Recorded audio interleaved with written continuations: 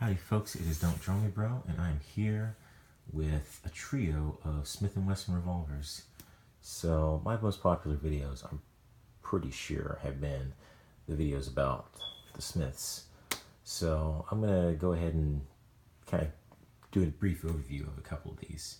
So the very first Smith & Wesson revolver I shot in as an adult was a 4-inch Model 28 Highway Patrolman. So this is a 28-2. It was made approximately 1970, 1971. The factory didn't really have exact dates for when it was produced. So I'd have to order a factory letter, which I'm not going to do. But this is the gun that really started it for me. It's not the exact gun, as in the particular gun, serial number, all that stuff, but it's similar to it. So that's why I have it. However, it was not the first Smith & Wesson that I purchased. So while I was looking for a Model 28, I actually ran into a deal when I was still living in College Station on this gun.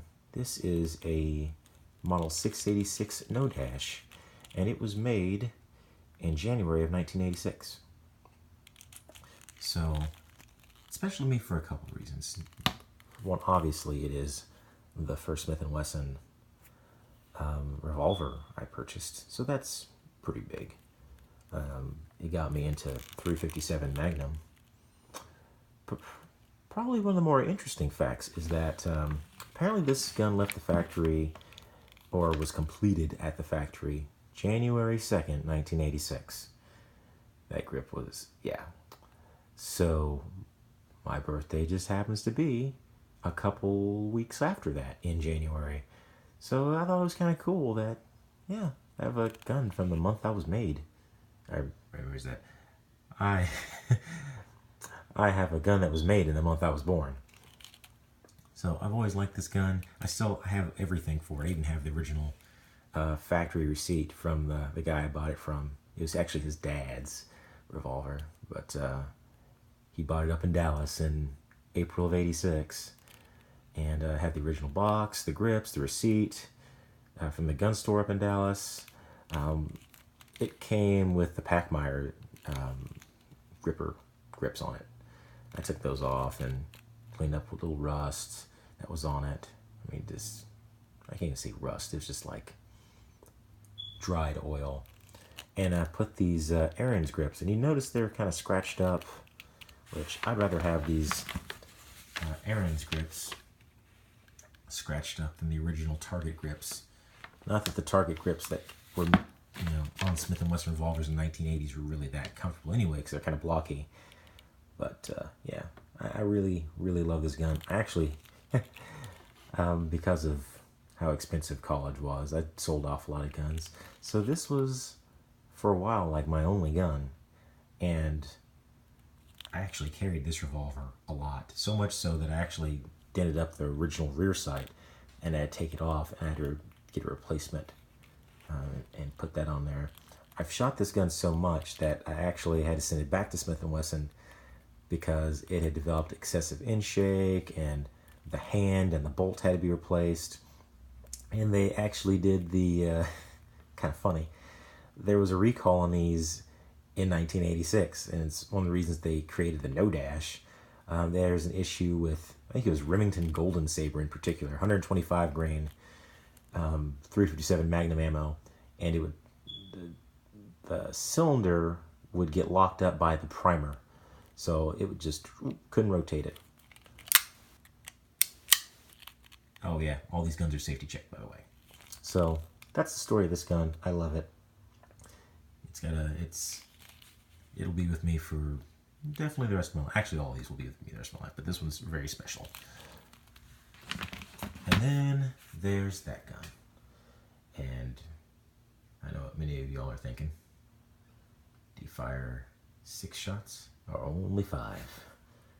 This is, of course, a Smith & Wesson Model 29 44 Magnum revolver. Not the most powerful handgun in the world, and hasn't been for, like 40 years, but like even when Dirty Harry was made, it wasn't the most powerful handgun in the world. But it is definitely one of the coolest. I have wanted one of these, a Model 29, since I was a kid, like 3 years old. Seriously. I don't know why a 3-year-old was watching Dirty Harry, but I did. And I thought it was awesome. It may not have been the original Dirty Harry. It may have been like The Enforcer, because it was 1989, and I think that was the newest movie. But anyway, these are cool guns. And this was kind of the one that I really wanted. So I saved up quite a bit of money, and I got it. And here it is. I've had it for just under a week now. Actually, I'm saying just under a week. I got it Friday. Today is Tuesday. Wow, I don't even know what day it is. This is a 6.5-inch barreled Model 29-10. And this is special because this is the 50th anniversary gun. They had discontinued these in 1999. The Model 29 and most blued guns at Smith & Wesson. I think the 19 was discontinued and a couple others. So for 2006, in the 50th anniversary of the 44 Magnum revolver and cartridge, they brought it back. And they did a exceptionally good job. So I bought this used from the original owner, who actually was an FFL in Florida.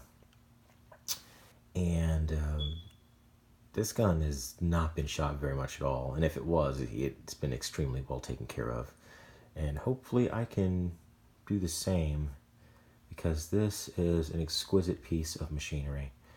I mean, beautiful. A lot of people give Smith & Wesson crap for, you know, over the years, cheapening out processes, stop pinning the barrels and recessing the cylinders, like on this 28-2 right here. It has all that. It's got the pinned barrel. It's hard to do one-handed. Need more finger strength. Ooh, that did not like that. Okay. But it's got the recessed cylinders. So, nice and gentle with that. It's also been shot quite a bit. But it doesn't have end shake or anything. I put these new grips on it. These are from Rasco Grips in Las Vegas. These are English walnut. And they have a Coke bottle profile.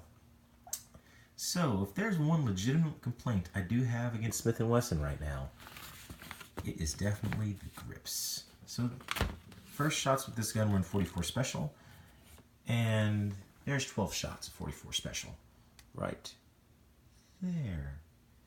So that was honestly pretty awesome. You can kind of see the circle underneath there, but I'm using this as a backdrop today.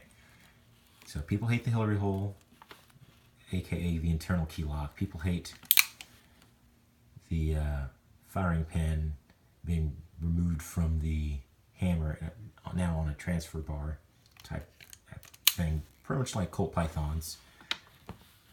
People didn't know you complain about that on Colts, did they? The grips are my complaint. The grips are too narrow for 44 Magnum because it doesn't spread out the force across your hand.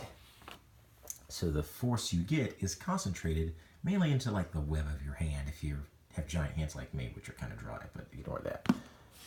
These Aaron's grips are, they don't look like they're much wider, but they are. And it's, granted, this is 357 Magnum, but it's something that I've noticed in shooting various Smith & Wesson revolvers in Magnum calibers and various frame sizes. The grips make all the difference in the comfort. So if I wear a glove, it's okay. I mean, honestly, without a glove, it's not terrible. But I wouldn't want to shoot all day, you know, a box of 50 or 100 of 44 Magnum and not have either bigger grips or be wearing a glove, because after a while, it really gets to your thumb joint there. 44 Special, it doesn't bother me at all. So